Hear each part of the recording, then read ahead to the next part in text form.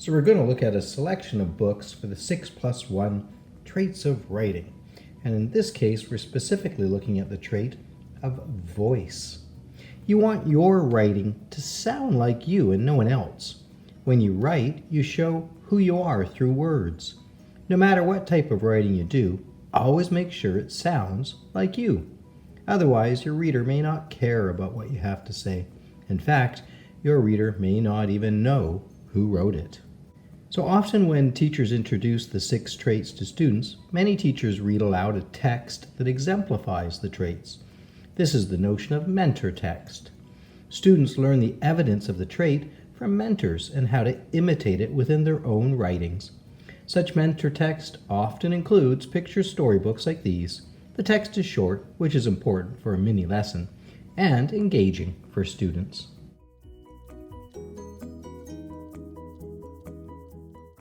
So we're going to look at how the author Kevin Hanks uses voice in this book, Lily's Purple Plastic Purse. So we'll read through the story and then we'll go back and we'll make some note about certain spots where you can really see the voice of the character coming out, but also maybe the voice of the author being used. All right, this is Lily's Purple Plastic Purse by Kevin Hanks.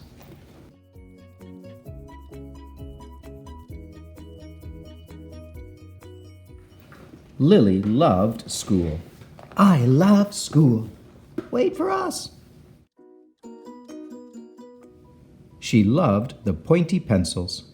She loved the squeaky chalk. And she loved the way her boots went clickety-clickety-click down the long, shiny hallways. Lily loved the privacy of her very own desk. She loved the fish sticks and chocolate milk every Friday in the lunchroom. Straws make everything taste better. And most of all, she loved her teacher, Mr. Slinger. For you. Mr. Slinger was as sharp as a tack. He wore artistic shirts. He wore glasses on a chain around his neck, and he wore a different colored tie for each day of the week. Listen up. Wow, said Lily. That was just about all she could say. Wow. Instead of greeting students or good morning, pupils, Mr. Slinger winked and said, howdy. He thought that desks and rows were old-fashioned and boring. Do you rodents think you can handle a semicircle? And he always provided the most tasty snacks, things that were curly and crunchy and cheesy. I want to be a teacher when I grow up, said Lily. Me too, said her friends Chester and Wilson and Victor. At home, Lily pretended to be Mr. Slinger. I am the teacher, she told her baby brother, Julius. Listen up. Lily even wanted her own set of deluxe picture encyclopedias. Teachers know everything. What's with Lily? Asked her mother. I thought she wanted to be a surgeon or an ambulance driver or a diva, said her father. It must be because of her new teacher, Mr. Slinger, said her mother. Wow, said her father. That was just about all he could say. Wow. Whenever the students had free time, they were permitted to go to the light bulb lab and in the back of the classroom. They expressed their eyes creatively through drawing and writing. Lily went often. She had a lot of ideas. She drew pictures of Mr. Slinger, and she wrote stories about him too.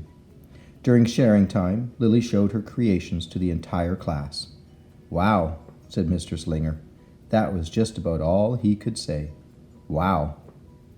And at the very last second, Mr. Slinger saved the cold, starving elderly. When Mr. Slinger had bus duty, Lily stood in line even though she didn't ride the bus. Lily raised her hand more than anyone else in class, even if she didn't know the answer.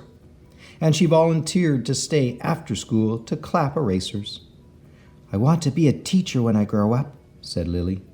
Excellent choice, said Mr. Slinger. On Monday morning, Lily came to school especially happy. She had gone shopping with her granny over the weekend. Lily had a new pair of movie star sunglasses, complete with glittery diamonds and a chain like Mr. Slinger's. She had 3 shiny quarters, and best of all, she had a brand new purple plastic purse that played a jaunty tune when it was opened. Lily wanted to show everyone. Not now, said Mr. Slinger. Listen to our story. Lily had a hard time listening. Lily really wanted to show everyone. Not now, said Mr. Slinger. Let's be considerate of our classmates. Lily had a hard time being considerate. Lily really wanted to show everyone. Not now, said Mr. Slinger. Wait until recess or sharing time. But Lily could not wait. She's in trouble. The glasses were so glittery, the quarters were so shiny, and the purse played such nice music, not to mention how excellent it was for storing school supplies. Look, Lily whispered fiercely. Look, everyone, look what I've got. Everyone looked, including Mr. Slinger. He was not amused. I'll just keep your things at my desk until the end of the day, said Mr. Slinger. They'll be safe there, and then you can take them home. Lily's stomach lurched. She felt like crying. Her glasses were gone. Her quarters were gone. Her purple plastic purse was gone. Lily longed for her purse all morning. She was even too sad to eat the snack Mr. Slinger served before recess. That afternoon, Lily went to the light bulb lab. She was still very sad. She thought and she thought and she thought. And then she became angry. She thought and she thought and she thought some more. And then she became furious. She thought and she thought and she thought a bit longer. And then she drew a picture of Mr. Slinger. Right before the last bell rang, Lily sneaked the drawing into Mr. Slinger's book bag. Big, fat, mean Mr. Stealing Teacher. Claus, bad, thief, bad, wanted by FBI. P.S. I do not want to be a teacher when I grow up. When all the students were buttoned and zipped and snapped and tied and ready to go home, Mr. Slinger strolled over to Lily and gave her plastic purple purse back. When all the students were buttoned and zipped and snapped and tied and ready to go home, Mr. Slinger strolled over to Lily and gave her purple plastic purse back. It's a beautiful purse, said Mr. Slinger. Your quarters are nice and jingly, and those glasses are absolutely fabulous. You may bring them back to school as long as you don't disturb the rest of the class. I do not want to be a teacher when I grow up, Lily said, as she marched out of the classroom. On the way home, Lily opened her purse. Her glasses and quarters were inside. And so was a note from Mr. Slinger. It said, Today was a difficult day. Tomorrow will be better. There was also a small bag of tasty snacks at the bottom of the purse. Lily's stomach lurched. She felt like crying. She felt simply awful. Lily ran all the way home and told her mother and father everything. Instead of watching her favorite cartoons, Lily decided to sit in the uncooperative chair. I'll stay here 1,000,000 years for Mr. Slinger. Why does everything always happen to me? 1051, 1052, 1099. That night, Lily drew a picture of Mr. Slinger and wrote a story about him too. Lily was really sorry, so everyone forgave her, even her parents, even her stinky baby brother, even her especially incredible teacher. And then the sun shined its smiley face down on everyone and everything, even the bugs and worms. The end. Listen up, I forgive everyone. Could be principal, kind, nice, good. Worms. Oops, bugs. I am really sorry. I'm an author. Lily's mother wrote a note, and Lily's father baked some tasty snacks for Lily to take to school the next day. I think Mr. Slinger will understand, said Lily's mother. I know he will, said Lily's father. How could he resist my no-frills cheese balls? What does it say? The next morning, Lily got to school early. These are for you, Lily said to Mr. Slinger, because I'm really, really, really, really, really, really, really, really, really, really, really, really, really, really, really, really, really sorry. Mr. Slinger read the story, and he looked at the picture, and he read the note. What does it say? And he sampled the snacks. Yum, yum. Wow, said Mr. Slinger. That was just about all he could say. Wow. What do you think we should do with this? Asked Mr. Slinger. Could we just throw it away? Asked Lily. Excellent idea, said Mr. Slinger. It's like having an extra pocket with a radio inside. 3/4 are even better than $1 because they make noise. Glamorous protection from harmful rays.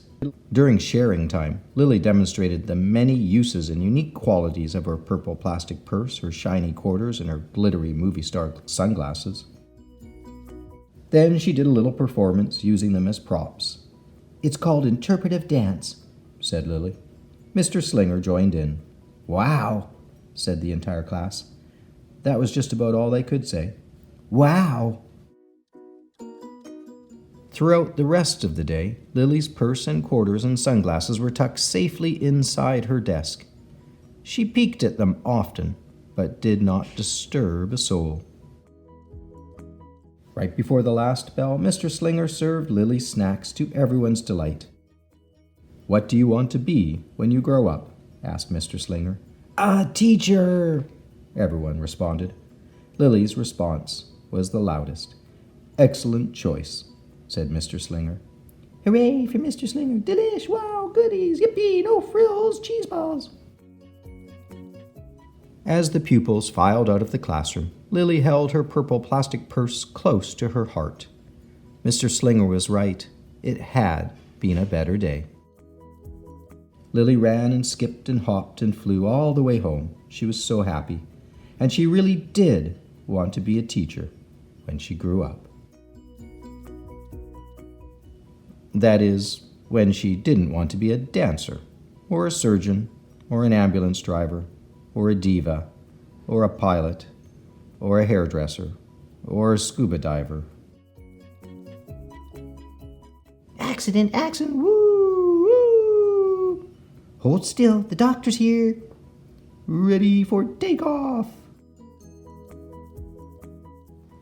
Okay, that's Kevin Hink's book, Lily's Purple Plastic Purse. And we were looking at it as a mentor text for the 6+1 trait of writing and for the trait of voice. And even though we do get literally voice with speaking words coming out of the character, we really see how we get Lily's voice as kind of that of a little kid, maybe a grade 1 kid. And we really see how we get the mature, grown-up teacher who's kind of a cool teacher. We can hear that in the voice and in the way we read it. We get to understand which character is speaking because of that voice. But I think the really most important part when it comes to voice is the parts where Lily gets really angry and furious and writes all these horrible things.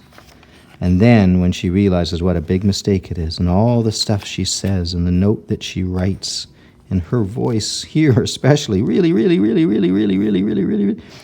So we really see the voice come out of not just a young kid, but we also see the voice where it is happy and thrilled and excited, especially about the new plastic purse and the glasses and the quarters, and then the voice that comes out when she's really sorry and feels horrible for what she did because she got so angry.